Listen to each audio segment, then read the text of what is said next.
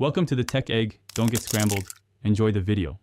You start by confirming your Mac OS build and codec compatibility because the wrong text wastes hours. Next, backup EFI and your current config. Plist, make a copy of any working texts. Then download Apple ALC, Lilu, and a codec dump tool. These are essential. Once done, mount the EFI and place these files in an organized folder. Make sure to note layout ID options. Begin with small, reversible changes so you can test audio quickly without breaking system boot. Now implement the core fixes.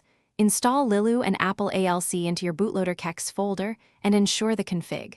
Plist or Open Core Plist references them. Use the codec dump to pick the right layout ID, then inject that value into device properties or kernel quirks as required. This maps pins to outputs. After reboot, examine kernel and boot logs for Apple ALC messages to confirm successful injection.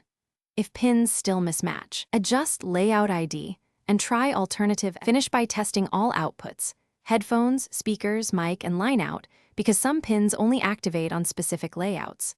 Once outputs work, rebuild kext cache and set kexts to proper order so Apple ALC runs early. If something goes wrong, one key troubleshooting tip: swap to a known good layout ID and rebuild cache. This often fixes muted channels by remapping pins. Make a final EFI backup that boots clean. That backup saves time when a later tweak breaks audio.